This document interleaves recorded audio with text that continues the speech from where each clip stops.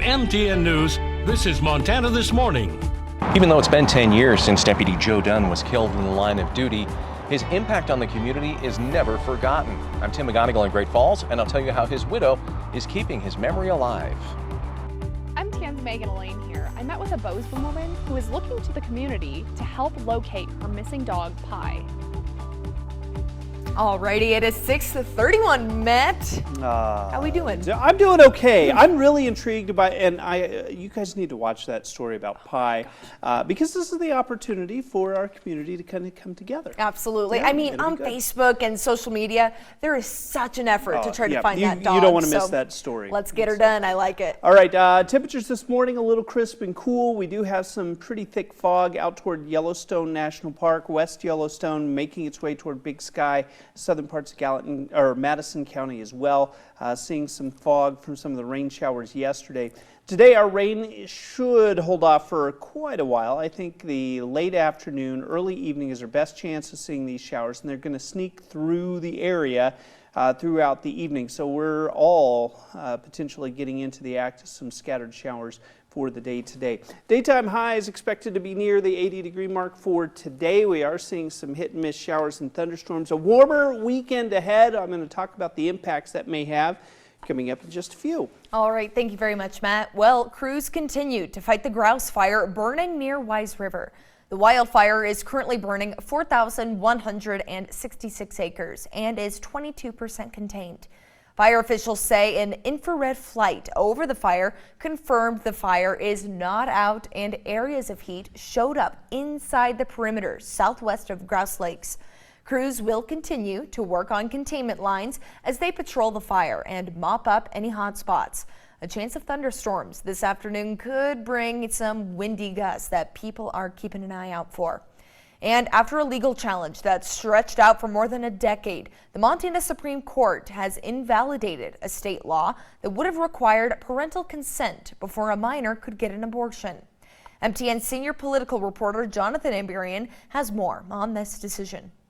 In 2013, the Montana legislature passed a law prohibiting anyone younger than 18 from getting an abortion without written consent from a parent or guardian, though it immediately faced legal challenges and never went into effect.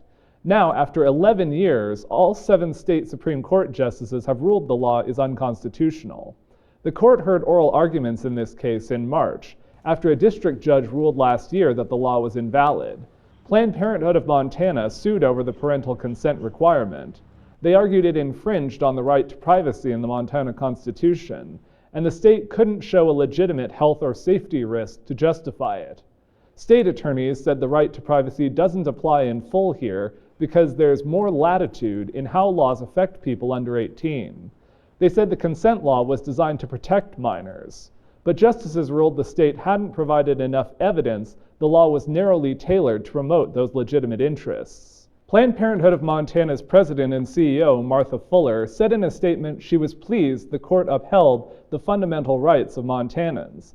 Governor Greg Gianforte released a statement saying he was concerned and disappointed by the ruling, and it was eroding parents' rights to oversee their children's medical care.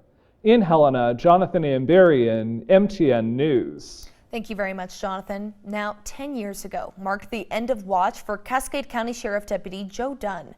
He was regarded as one of the hardest workers in the sheriff's office.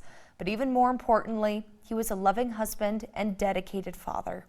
As MTN's Tim McGonigal found out on this 10th anniversary, his family has rekindled an important reminder that will keep his legacy alive. August 14th of 2014 started out like any other day on the job. Cascade County Deputy Joe Dunn.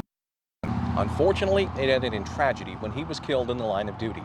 In the 10 years since, his family has grieved, but through their faith and supportive community, they're keeping his memory alive.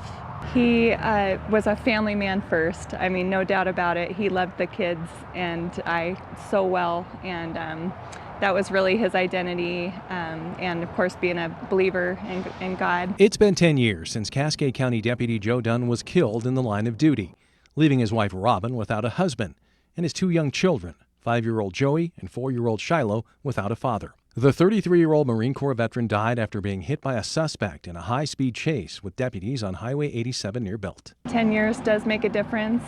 Those first few years were incredibly hard. and we're now in a very good place, but still remembering Joe and wanting to honor him continually. One of the ways Joe Dunn is being remembered is through the revival of a popular sticker marking the 10th anniversary of his death. I just remember that there were so many stickers on cars when things initially happened, and it was just such a comfort to our family to see the support and to see that he was being remembered that way. These stickers are going to be available at Double Barrel Cafe, the Sheriff's Department, and we're going to be selling them for $10, and proceeds will go to the Sheriff's Legacy Foundation. Robin says losing Joe made her take on the role of both mom and dad and gave her a new appreciation for single parents. She says a giving community and a supernatural peace helped her make it through. I never worried about the next day. I never had to worry about where our meals were going to come from. I mean, through the hands of this community and through God's provision and even Joe's planning, we were taken care of in that way. Honoring Joe Dunn happened in other ways. Countless community and law enforcement members attended his memorial service. His name is on both the City of Great Falls and Cascade County Law Enforcement Memorial and the National Memorial in Washington, D.C. And a stretch of Interstate 15 between Great Falls and Ulm bears his name. Robin was heartbroken at the loss of Joe. She was able to find love again with Casey. She says Joe will always be remembered for his love of family, his commitment to country and community, and an unforgettable sense of humor. He was an incredibly funny person who loved to laugh, and that's something I value a lot, is just being able to laugh daily with the person that you love, and I'm glad that continues for us. In Great Falls, Tim McGonigal, MTN News. Thank you very much, Tim, for that story. 6:37 now. A Bernese mountain dog named Pie has been making its rounds on social media as a Bozeman family tries to find their lost pet. Our Megan Elaine spoke with Pie's owner, who says she is touched by the community's efforts to bring the lost dog home. It's been 25 days since a Bozeman family's beloved dog Pie went missing. Now, the whole community has come together to bring Pie home. It's exciting. It's just a relief to get new sightings. Allison Totten has lived in Bozeman for over 30 years. She got a second Bernese mountain dog in July, as she has a deep love for the breed. We instantly bonded. She instantly bonded with my other dog. 1 week after getting Pie the dog, Totten says she escaped out of their backyard. We just didn't know she was so skittish and so scared. That has only increased. I think she's probably even more terrified and she's not approachable at this point. Over the course of 25 days, Pie's owners have been posting updates on Facebook. It's the tracking, but then the capturing, and I think people are trying really hard to, grab her, and that's just scaring her away more. Posting Pie has taken the dog-loving community by storm, with new Pie sightings nearly every day. I don't know what is motivating a lot of people that I don't know, and the community has been incredible. And I am grateful, because we can't do this alone.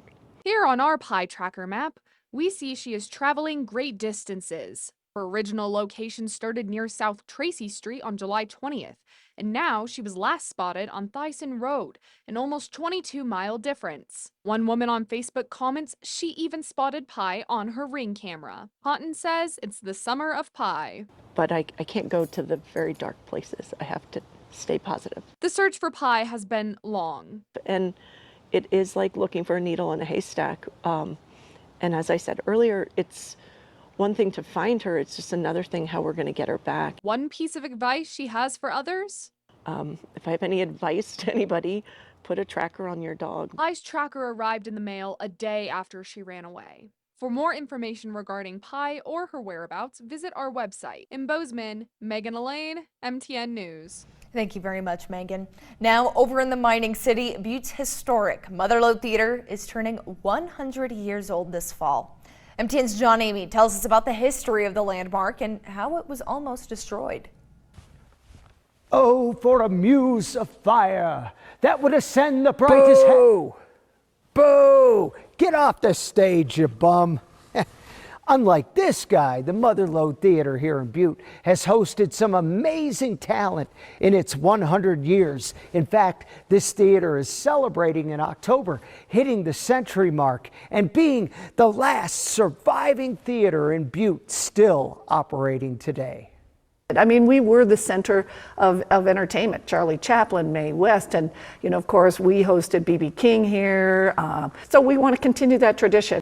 Construction on the Motherload actually started in 1923 as an add-on to the Masonic Temple next door. It was soon turned into a theater that hosted all manner of entertainment. At one point, they actually had the radio of the World Series played here. So people came in here, listened to the World Series.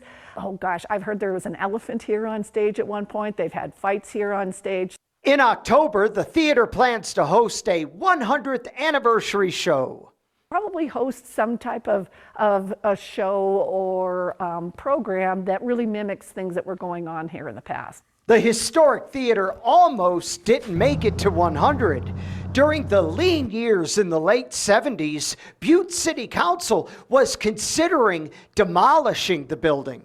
Which is when Bob Poor, Gus Miller, and others step forward and say, wait a second, this is the last theater that we have in Butte. It needs to be saved. Their donations helped restore the theater, and it continues today with many performances lined up for this fall. In Butte, John Amy, MTN News. All right, 6:42. We're going to take a short break here on Montana This Morning. When we come back, though, we're going to have your top stories. Matt's going to be out on the weather patio, and we're going to be talking about fresh fruit and vegetables. We all know it's a huge part about going to the farmer's market, but we're not heading to the market. We're heading to the small town of Dixon, where their harvest is something highly anticipated for so many Montanans.